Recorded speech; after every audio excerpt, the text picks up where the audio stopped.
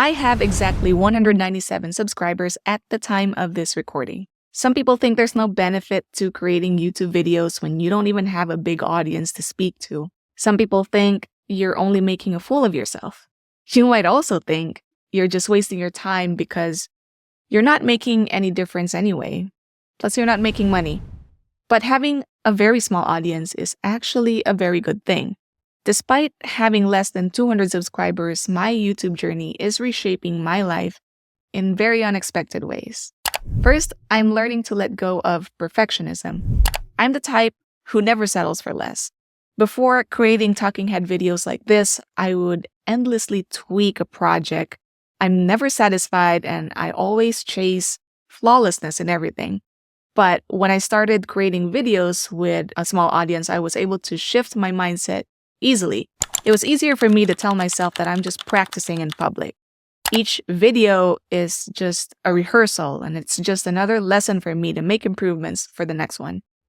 I eventually learned to embrace the imperfections in my videos and to be forgiving of myself, especially with how cringy my projects are. Because only a few people watch my videos, I feel liberated from the anxiety of needing to make my videos the best. My creativity flows more freely. And mistakes, bad lighting, poor audio, unengaging scripts, ineffective hooks, unappealing thumbnails, sure, I have them. But instead of obsessing, I address them, learn, and move on to the next project. It's like lifting a weight off of my shoulders. It doesn't matter if the lighting isn't perfect or if I stumble over a word. What matters is that I'm out there putting myself and my ideas into the world and growing with each take. With YouTube, I'm starting to see feedback as a tool, not a threat. When you put your work out into the world, especially on a platform as vast as YouTube, feedback is inevitable. Some of it can be tough to swallow while other comments are uplifting. Even in my life, as a whole, I used to find myself fixated on negative feedback at work or from family and friends to the point where it overshadowed the positive. I'm not an expert in handling negative feedback yet, but over time, I've started to develop a thicker skin and a balanced perspective. Handling criticism constructively is a skill I'm starting to hone through my videos. I've learned to sift through comments, extracting useful insights, and discard harmful negativity. This doesn't mean I ignore criticism. I reflect on it and see if it holds merit and use it to improve my content. Yet, I also make it to a point to absorb the positive feedback and let it fuel my motivation. I've grown more resilient and appreciative of people's diverse viewpoints, both online and offline. Next, I get to experiment without pressure. One of the liberating aspects of having a smaller YouTube audience is the freedom to experiment. With less than 200 subscribers, the stakes are much lower. My channel, to me, is like a playground where I can test different ideas, formats, and topics without the heavy burden of mass appeal. This video, for example, talking about how YouTube is changing my life, is way different from the health topics I usually cover. But who cares? In this space, I can be bold, try new things, and see what resonates with my viewers and what doesn't. There's no pressure to constantly hit the high metrics. Making YouTube videos has not only enhanced my creative skills, but also my willingness to take risks. I explore topics I'm passionate about, play with editing techniques, and try different storytelling styles. The freedom to experiment has helped shape my channel into a reflection of who I am and what I care about. YouTube, as a creative outlet, reduced my burnout from work.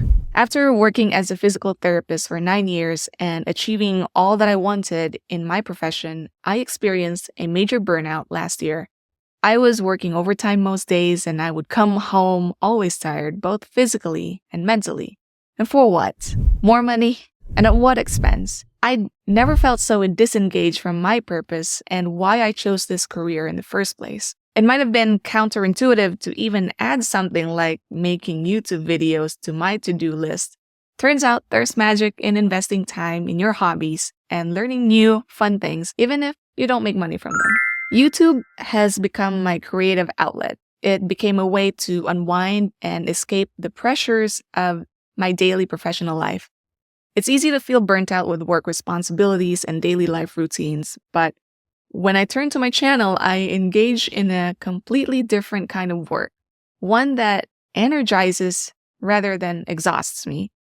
Creating content allows me to channel my energy into something fun and fulfilling. It's also therapeutic. It demands creativity, but gives back a sense of accomplishment. It's nice to have a break from the usual grind and have some meaningful diversion. Moreover, creating on YouTube has taught me the value of balance. By integrating my interests and hobbies into my channel, I've created a personal space that not only enhances my professional skills, but also preserves my mental health. With YouTube, I turned my introversion from a barrier into an asset.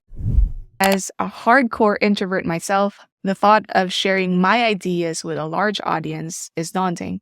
Some people think you need to be an extrovert and very social to start making talking head videos on YouTube. I disagree. Think about it. Essentially, it's just me and the camera right now, and my husband's out working. I'm able to express myself without people around me. This kind of personal space is allowing me to articulate my thoughts and share my passions at my own pace, my own style, without the external pressure. I get to have a controlled environment where I can prepare, pause, and proceed as I need. I can engage with my viewers on my terms in a manner that respects my introverted nature. Through my channel, I've gradually built confidence in my ability to convey my ideas and connect with others. I now have a powerful tool for personal expression and interaction. The best thing that happened to me is that I overcame my camera shyness. I've always been camera shy most of my life, until now. I absolutely hated hearing my voice on record because it didn't sound like me, and looking at my face on video is cringy and gives me goosebumps. When I was in school, I struggled with participating in projects that required me to be on camera. I'd rather be behind the scenes or do the editing. But now talking to the camera has turned into one of the most rewarding aspects of my journey.